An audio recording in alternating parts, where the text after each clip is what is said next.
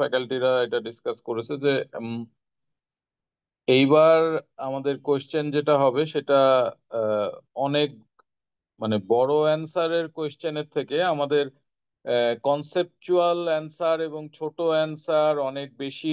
ধরো যে যেখানে আগে হয়তো একটাতে তিনটা কোয়েশ্চেন থাকতো এক এক নম্বরের মধ্যে, এখন হয়তো এক নম্বরের মধ্যে চারটা কোয়েশ্চেন আছে। আগে ওই তিনটা কোয়েশ্চেনের অ্যান্সার দিতে তোমার বেশ অনেকটাই সময় লাগতো, কিন্তু এখন চারটা বা পাঁচটা কোয়েশ্চেনের অ্যান্সার দিতে তার থেকে অনেক অনেক কম সময় লাগবে, কিন্তু কোয়েশ্চেন গুলো একটু কনসেপচুয়াল। কনসেপচুয়াল মানে এমন না যেটা ক্লাসে ডিসকাস করা হয়নি, সবকিছুই যা ক্লাসে ডিসকাস করা হয়েছে তার উপরে বেস করেই। কিন্তু আমরা এবার যেটা চেষ্টা করেছি যে কোয়েশ্চেন গুলো একটু ভেঙে ভেঙে ছোট ছোট করে কোয়েশ্চেন করার চেষ্টা করেছি, সো দ্যাট তোমাদের জন্য সুবিধা হয় যে যদি কেউ একজন একটা কোয়েশ্চেন না পারো, সেক্ষেত্রে দেখা যায় যে 5 মার্কস বা 6 মার্কস তুমি অ্যান্সার না করে চলে আসলে, কিন্তু ওই 5 বা 6 মার্কসকে আমরা যদি 2 বা 3টা ভাগে ভাগ করে ফেলি, তাহলে হয়তো অ্যাটলিস্ট তুমি তিনটা না পারলেও দুইটা তো পারবাই। এই জন্য আমরা এবার এভাবে করেছি। তো কনসেপ্ট বলতে আমাদের বেসিক্যালি আমরা ক্লাসে যেগুলো ডিসকাস করেছি সেটাই, এর বেশি কিছু না। ফর এক্সাম্পল যদি আমি বলি, মানে কোয়েশ্চেনে যদি এরকম থাকে যে what is the role of PC, তাহলে প্রবাবলি তোমরা, আমার ধারণা সবাই, ফাইনাল যেহেতু তোমরা কালকে দিবা, তাহলে সবাই হয়তো বলতেই পারবা যে আসলে পিসির রোলটা কি, পিসি কি করে। সো বা যদি আমরা বলি যে ফর এক্সাম্পল আমাদের পাইপলাইনের ক্ষেত্রে কতগুলো স্টেজ থাকতে পারে বা কতগুলো স্টেজ আছে, তো সেটা কম বেশি তোমরা সবাই ইয়ে করতে পারবা। বা ধরো আমরা হ্যাজার্ডের যে বেসিক ডিসকাশন গুলো করেছি, সেই ডিসকাশনের উপরে খুবই ছোট ছোট কিছু কোয়েশ্চেন, যে কখন কন্ট্রোল হ্যাজার্ড হতে পারে, কখন ডেটা হ্যাজার্ড হতে পারে, কখন স্ট্রাকচারাল হ্যাজার্ড হতে পারে, সেগুলো খুব ছোট ছোট আকারে যদি তোমাদের কাছে জানতে চাওয়া হয়, আমার ধারণা সেগুলো তোমরা বলতেই পারবো আর কি। আমরা ক্লাসে, আমি যেটা আমার সেকশন গুলোতে আমি যেটা করেছিলাম, এবং তোমাদের সাথে আমার সেকশনে স্পেশালি আমি আমি ক্লাস নোটও শেয়ার করে দিয়েছিলাম, এবং আমাদের বিভিন্ন রিসোর্স, আমাদের যে রিসোর্স চ্যানেল আছে সেখানেও শেয়ার করা আছে। সেটা হলো ডেটা পাথ। আমাদের ডেটা পাথ ড্রয়িং অবশ্যই থাকবে, একটা ডেটা পাথ ড্র করতেই হবে অ্যাটলিস্ট। মাল্টিপল ইনস্ট্রাকশন যদি থাকে, ফর এক্সাম্পল ধরো অ্যাড আই থাকলো আর লোড থাকলো, ডেটা পাথের ক্ষেত্রে খেয়াল রাখবা যদি দুইটা ইনস্ট্রাকশন থাকে, সেই ক্ষেত্রে কিন্তু কখনোই তোমরা একটা ডায়াগ্রামের মধ্যে দুইটা ইনস্ট্রাকশনকে ইয়ে করবা না। তোমাদের যদি বলে যে দুইটা সেপারেট ডেটা পাথ আঁকাও, বা এই দুইটা ইনস্ট্রাকশনের জন্য ডেটা পাথ আঁকাও, তাহলে দুইটা আলাদা আলাদা ডেটা পাথ আঁকাতে হবে। একটা ডেটা পাথের মধ্যে দুইটা তুমি যদি ইনক্লুড করতে চাও, আমরা কিন্তু কম্পোজিট ডেটা পাথ চাচ্ছি না। আমরা চাচ্ছি ইন্ডিভিজুয়াল ডেটা পাথ, যেটা শুধু ওই ইনস্ট্রাকশনটার জন্যই এনাফ। আমার ধরো যে আমি যদি অ্যাড দিই, তাহলে আমার মেমোরির কোনো দরকার নাই। অ্যাড যদি করি, আমার তোমার ব্রাঞ্চের জন্য যে আমার এক্সট্রা হার্ডওয়্যার গুলো লাগে, সেটার আমার কোনো দরকার নাই। একইভাবে আমি যদি লোডের কিছু পাই, সেক্ষেত্রে আমার কিন্তু আবার ডেটা মেমোরিটা আমার দিতে হবে। সো এই জিনিসগুলো আমাদের খেয়াল রাখতে হবে। কেউ একজন কোয়েশ্চেন করছে মনে হচ্ছে, একজন একজন করে তাহলে একটু আমরা কোশ্চেন শুনি, তারপরে আমরা পরবর্তীটা আবার পরেরটা ডিসকাস করছি। পার্থ, স্যার, কোশ্চেন কি এখন হ্যাঁ নেবো নাকি? স্যার, একজন কোয়েশ্চেন করছে যে হচ্ছে will we have to answer simplified data path then, আর আরেকটা হচ্ছে যে হায়েস্ট কয়টা ডেটা প্যাথ ড্র করতে হতে পারে। সিম্পলিফাইড ডেটা পাথটাই আমাদের ড্র করতে হবে। আমাদের পাইপলাইন বেসিক্যালি ওইভাবে ড্র করতে হবে না। মানে পাইপলাইনের ডেটা পাথ তো আমরা ওইভাবে আসলে ডিসকাস করিনি। মানে আমরা তো পরবর্তীতে সময় স্বল্পতার কারণে আমরা তো স্লাইড গুলো কমিয়ে দিয়েছিলাম। পাইপলাইনের কমপ্লিট ডেটা পাথ তো আমরা আসলে দেখি নাই, বা বা পাইপলাইনের যে ডায়াগ্রাম, সেটা তো আমরা কমপ্লিটলি ডায়াগ্রামটা দেখি নাই।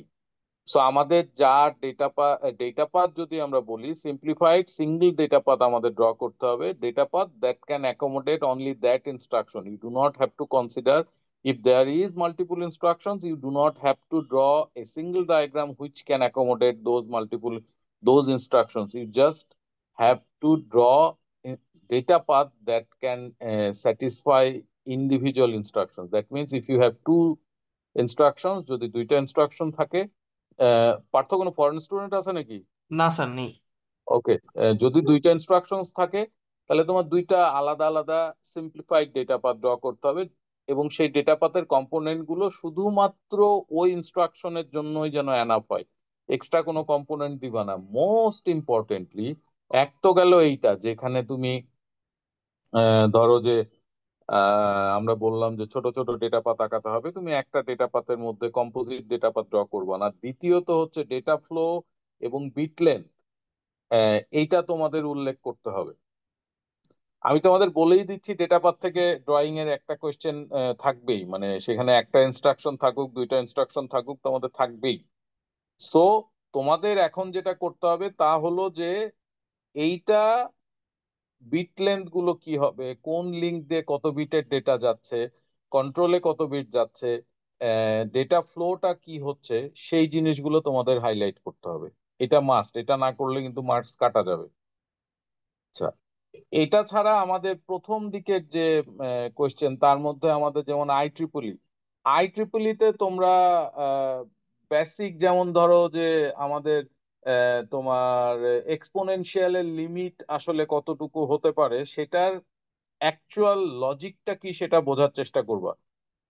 যে তোমার নেগেটিভ রেঞ্জে কত যাবে, পজিটিভ রেঞ্জে কত যাবে, এই লজিকটা কিসের উপরে বেস করে আছে সেটা তোমরা বোঝার চেষ্টা করবা। সেক্ষেত্রে তোমার যে বিট লেন্থেরই বলুক না কেন তোমার রেজিস্টার, ওইটার জন্য তুমি এক্সপোনেন্টের মানে লেন্থটা তখন তুমি বুঝতে পারবা।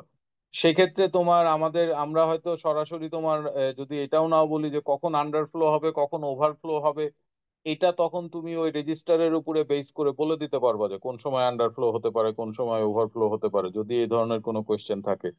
আই থেকে আমাদের অবশ্যই তোমার অ্যারিথমেটিক বলতে আমি মাল্টিপ্লিকেশনটাও বলছি আর কি।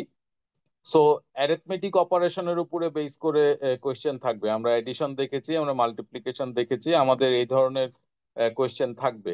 এখন সেটা সব সময় কোয়েশ্চেনে যদি বলে দেয়া নাও থাকে, যদি এরকম কোয়েশ্চেন থাকে যে তোমার হেক্স ভ্যালু দেয়া আছে, সেটার হয়তো অ্যাডিশন করতে হবে অথবা মাল্টিপ্লিকেশন করতে হবে, যেটাই হোক না কেন, তোমাকে কিন্তু ফাইনালি সবসময় ডেসিমাল দেখাতে হবে এবং কম্পেয়ার করে দেখাতে হবে যে অ্যাকচুয়ালি আমি যদি অ্যাড করতাম, যদি ডেসিমাল থেকে মানে আই করে তুমি অ্যাড করো সেটা আলাদা কথা, কিন্তু তোমাকে একটু কম্পেয়ার করে দেখাতে হবে যে যদি মাল্টিপ্লিকেশনের ক্ষেত্রে আমরা কতটুকু পাচ্ছি, কি পাচ্ছি, আর বেসিক্যালি অ্যাকচুয়াল মাল্টিপ্লিকেশনটা কি হতো। ফর এক্সাম্পল আমি যদি বলি যে 3.17 আর একটা ভ্যালু হচ্ছে 11.21, এই দুইটাকে আমি IEEE 754 দিয়ে মাল্টিপ্লিকেশন করতে বললাম তোমাকে, তাহলে সেক্ষেত্রে IEEE 754 দিয়ে তোমার মাল্টিপ্লিকেশন করলে যে রেজাল্টটা আমি ডেসিমালে পাচ্ছি আর অ্যাকচুয়ালি মাল্টিপ্লাই করে দিলে ডেসিমালে কতটুকু পাচ্ছি, পার্সেন্টেজ ওয়াইজ তোমাদের কিছু দেখাতে হবে না, জাস্ট বলতে হবে যে হ্যাঁ কম বেশিটা হচ্ছে বা এরকম কিছু। আর ইনস্ট্রাকশন সেট আর্কিটেকচার অর্থাৎ চ্যাপ্টার 2 এর ক্ষেত্রে এগেইন কনসেপচুয়াল কোশ্চেন কিছু থাকবে। আর এইবার হয়তো তোমরা মানে এই আহ, একটা কোডে অনেক বেশি মার্কস আছে এরকম কোশ্চেন হয়তো থাকার সম্ভাবনা কম। রাদার আমাদের আমরা হয়তো মাল্টিপুল কোড দিয়েছি, সো দ্যাট একটা কোডে অনেক বেশি মার্কস থাকলে পারে তোমাদের যেটা হবে যে হয়তো দেখা গেল যে ওইটা ভুল করলে পুরোটাই ভুল। কিন্তু যদি তোমরা কোয়েশ্চেনে মানে মাল্টিপুল কোড থাকে কিন্তু ছোট ছোট, সেক্ষেত্রে সে খুবই খুবই সিম্পলিফাইড। আমরা তো মোটামুটি তোমাদের একটা আইডিয়া দিয়েছি কোন কোন ধরনের তোমার রিস্ক কোড আমাদের থাকতে পারে, এইগুলো তোমাদের প্র্যাকটিস করতে হবে। এই মোটামুটি আমাদের জেনারেল ডিসকাশন। এখন আমি কয়েকটা কোয়েশ্চেন অ্যান্সার আমি করব। আদার দেন দ্যাট আমার মনে হয় যে আমরা জেনারেল কিছু ডিসকাশন তো করেই ফেলেছি, এর বেশি আর খুব বেশি ডিসকাশনের কিছু নাই। কারণ আমরা তো পড়িয়েছি আসলে মানে ফাইনালের জন্য আমাদের চ্যাপ্টার 2 চ্যাপ্টার 3 আর চ্যাপ্টার 4ও কমপ্লিট করা হয়নি ওইভাবে, আমরা তো সিলেবাস ছোট করে দিয়েছি। সো মোটামুটি এরকম যে আমাদের ডেটা পাথের কোয়েশ্চেন অবশ্যই থাকবে, পাইপলাইনের কিছু টুকটাক কনসেপচুয়াল কোয়েশ্চেন থাকবে হয়তোবা, তারপরে আমাদের থেকে অ্যারিথমেটিক অপারেশন থাকবে, কনসেপচুয়াল কিছু কোয়েশ্চেন থাকবে, এরপরে তোমার ইনস্ট্রাকশন সেট আর্কিটেকচার থেকেও আমাদের রিস্ক কোড তো থাকবেই বললামই, এরপরে কনসেপচুয়াল কিছু টুকটাক কোয়েশ্চেন টোয়েশ্চেন থাকবে। এখন পার্থ আমরা একটু কোয়েশ্চেন নিয়ে একটা হ্যাঁ দুইটা নিয়ে স্যার, তারপরে এদেরকে ছেড়ে দিই। সবাই একটা কাজ করি, যার যা কোয়েশ্চেন্স আছে আপনারা কাইন্ডলি একটু হ্যান্ড রেইজ করেন, আমি একজন একজন করে আনমিউট করতেছি, দেন কমিউনিকেট করেন।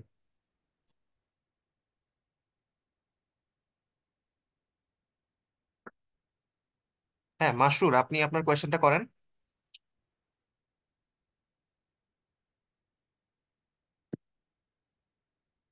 হ্যালো। মাসরুর, আপনি কি কথা শুনতে পাচ্ছেন? আচ্ছা। আচ্ছা, অন্য আরেকজনকে ইয়ে করো।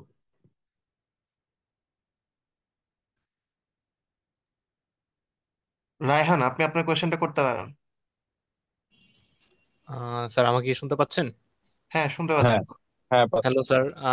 সো আমার ফার্স্ট কোয়েশ্চেনটা ছিল স্যার, আপনি যদি একটু ব্রিফলি স্যার মানে কন্ট্রোল হ্যাজার্ডটা নিয়ে একটু বলতেন। আর সেকেন্ড কোয়েশ্চেনটা ছিল হচ্ছে স্যার, আমাদের ডেটা প্যাথ ড্র করার সময়, সিম্পলিফাইড ডেটা প্যাথ ড্র করার সময় এমন যদি কোনো সিনারিও থাকে যেখানে ধরেন আমার হচ্ছে ধরেন এএলইউ সোর্স বা আমার হচ্ছে ব্রাঞ্চের পিনটা আমার দরকার নেই, তো ওইখানেও কি স্যার বিট গুলা মেনশন করা লাগবে কিনা, নাকি জাস্ট হচ্ছে এটা ফাঁকা রাখলেও চলবে? তুমি তুমি কোন সেকশন বাবা? স্যার আমি পার্থ স্যার সেকশনে, সেকশন 7। ভাই, কোন কোন টিচার পড়িয়েছে সেটা তো জানতে চাইনি রে বাবা। আমি জানতে চাইছি তুমি আমার সেকশনে ছিলা কিনা বা অন্য সেকশনের জি না, কিনা, জাস্ট জি না। এতটুকু। আচ্ছা, তোমার আমি কি বললাম? আমি যেটা বললাম যে সিম্পলিফাইড ডেটা পাথ মানে হচ্ছে আমি যদি অ্যাড বলি, আমার অ্যাডের জন্য যা যা দরকার শুধু সেটাই। আমি অ্যাডের জন্য এএলইউ থেকে ওই যে রেজিস্টার রাইট একটা বের হবে, একটা এএলইউ অপ একটা বের হবে, তারপরে ওইদিকে আর তো কোনো কন্ট্রোল সিগন্যাল কি আছে? আর তো কোনো কন্ট্রোল সিগন্যাল নাই, নো স্যার। আছে? হ্যাঁ, তো না, এতটুকু। না স্যার, মানে বিট গুলো তাহলে আর ওগুলো যেগুলো লাগছে না ওগুলোর বিটও মেনশন করা লাগবে না, এটাই জিজ্ঞেস করেছিলাম। উম, যেগুলো লাগছে না সেগুলো তো আমার এই ডিজাইনে আসবেই না। আমি যদি অ্যাড বলি, আমার কি কি আসবে? আমার প্রোগ্রাম কাউন্টার আসবে, দেন আমার ইনস্ট্রাকশন মেমোরি আসবে। প্রোগ্রাম কাউন্টার এর সাথে একটা থাকবে অ্যাডার, যেটা PC+4 করে দিবে। ইনস্ট্রাকশন মেমোরি থেকে বের হয়ে রেজিস্টার ফাইলে যাবে, আর রেজিস্টার ফাইল থেকে সরি, ইনস্ট্রাকশন মেমোরির একটা যাবে কন্ট্রোলে। কন্ট্রোল থেকে একটা লিংক নিচে আসবে, যেটা তোমার রেজিস্টার রাইট। আর একটা লিংক যাবে এএলইউ তে, এএলইউ অফ হিসাবে। দুইটা লিংক রেজিস্টার ফাইল থেকে রেজিস্টারের মধ্যে যাবে, এই সরি এএলইউ এর ভেতরে যাবে, এএলইউ এর আউটপুটটা ডেটা পোর্টে যেয়ে লেগে যাবে। এই তো সিম্পল, আর তো কিছু নাই এখানে। জি স্যার। হ্যাঁ, আর একটা কি যেন বললাম? স্যার কন্ট্রোল হ্যাজার্ডটা। কন্ট্রোল হ্যাজার্ড মানে কি বলবো কন্ট্রোল হ্যাজার্ড নিয়ে? স্যার যদি একটু ব্রিফলি আইডিয়া দিতেন। আচ্ছা, কন্ট্রোল হ্যাজার্ডের ব্যাপারটা হচ্ছে যে ধরো আমাদের মানে তুমি রিস্ক কোড যদি আপাতত একটু ভুলে যাও, বেশিক্ষণ ভুলো না কারণ পরীক্ষা একটু পরেই। তো তোমার আমরা ইফ এলস যখন এক্সিকিউট করি, ইফ এলস এক্সিকিউট করার সময় আমার ইনস্ট্রাকশনটা ইফ এর মধ্যে ঢুকবে না এলস এর মধ্যে ঢুকবে, আমি কি ইনস্ট্রাকশন দেখে বলতে পারবো? নো স্যার, বলতে পারবো না। ওটা কিন্তু লেভেল দেখে বলা যায়। কিন্তু তোমার ডেটা হ্যাজার্ড এর ক্ষেত্রে আমরা যদি এখন রিস্ক কোডটা দেখি, রিস্ক কোড দেখে আমি ডেটা ডিপেন্ডেন্সিটা দেখতে পারবো না? জি স্যার। আচ্ছা, কন্ট্রোলের ক্ষেত্রে প্রবলেমটা কোন জায়গায় আমরা আগে থেকে দেখতে পারি না। এখন যে জিনিসটা আমি আগে থেকে জানি না, সেটার জন্য আসলে প্রিপারেশন নেওয়াটা ডিফিকাল্ট। জি স্যার। হ্যাঁ, এই জন্য কন্ট্রোল হ্যাজার্ডটা কিন্তু তিনটা হ্যাজার্ডের মধ্যে, স্ট্রাকচারাল, ডেটা এবং কন্ট্রোল হ্যাজার্ড, এই তিনটা হ্যাজার্ডের মধ্যে কন্ট্রোল হ্যাজার্ডটা ওভারকাম করার জন্য তোমার ভেরিয়াস অফ টেকনিক্স আছে।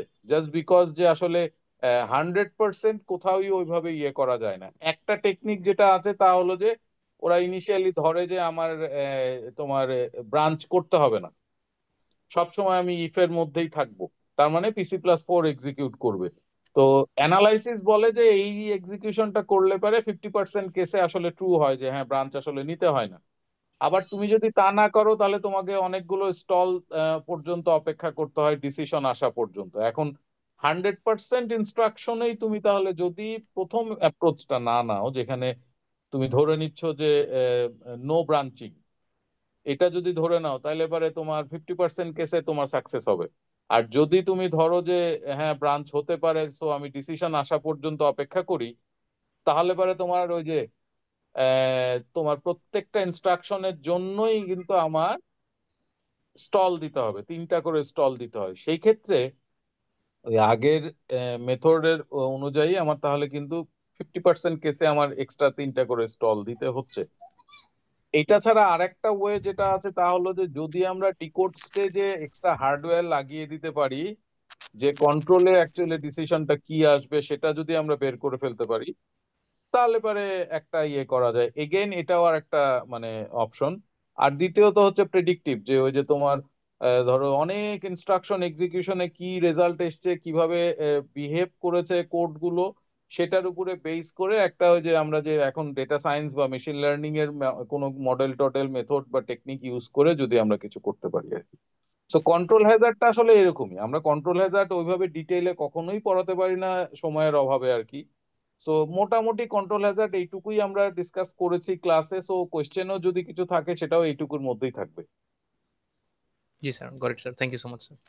আচ্ছা, আমাদের মনে হয় সময় আমরা অনেকটা বেশি নিয়ে নিচ্ছি, তোমাদের পড়াশোনার সময় পাবা না। সো আর বেশি কোয়েশ্চেন খুব নেওয়া যাবে না, 2-3টা কোয়েশ্চেন মনে হয় নেওয়া যেতে পারে পার্থ, তাই না? না কি করব? হ্যাঁ স্যার, আমার এইরকমই আই গেস, কারণ মানে কারণ 8:30টার পরে আর এদেরকে আটকে রেখে লাভ নাই, এরা পড়াশোনা করুক। আর ইবনুল, আপনার কোয়েরিটা বলেন।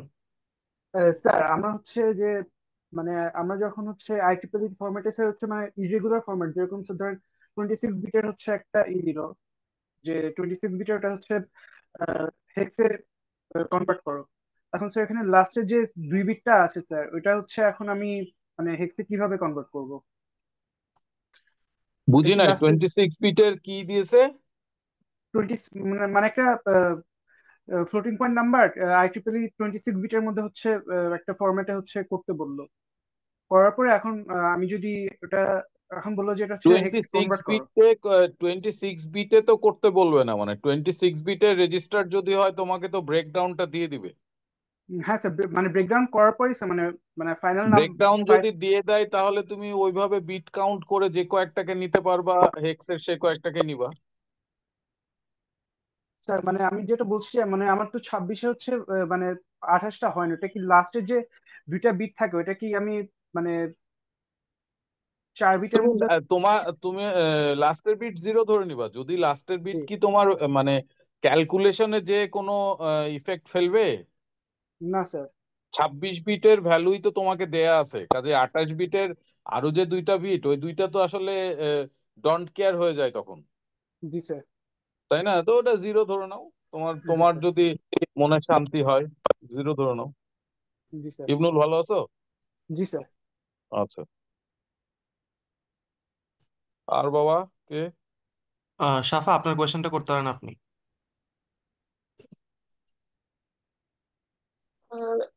জি স্যার, আমাদের কি চ্যাপ্টার 3 এর লং মাল্টিপ্লিকেশন অপটিমাইজ মাল্টিপ্লিকেশনের ফ্লোচার্ট গুলো আঁকা লাগবে স্যার, বা এটা আসতে পারে? ওটা খুব ইজি জিনিস বাবা, ওটা একটু দেখে নিও। আর ওই যে আর একটা জিনিস মাল্টিপ্লিকেশনের, ওই যে ট্যাবুলার মাল্টিপ্লিকেশন আমি ক্লাসে দেখিয়েছিলাম, তোমাদেরও ক্লাসে দেখানোর কথা। আহ, ওই মানে তোমার 1 বা 0 থাকলে লেফট শিফট করবে, অ্যাড করবে, তা ওই যে 3টা করে স্টেপ থাকে না, এ এ 1A 1B 1C এভাবে, মনে আছে? জি স্যার। বইয়ে আছে, দেখে নিও ওইটা, কিন্তু দেখো ওইটা আসে এক্সামে।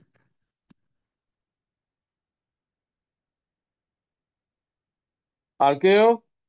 আর সেকেন্ডলি স্যার, আমাদের চ্যাপ্টার 2 এর থিওরি পার্টটা অ্যাকচুয়ালি কোন সাইডটা ফোকাস করা দরকার আছে মানে, নাকি ফুল চ্যাপ্টার 2 এর থিওরিটাই ফুল আসবে? চ্যাপ্টার 2। চ্যাপ্টার 2 আমাদের খুবই ভালোবাসার একটা চ্যাপ্টার।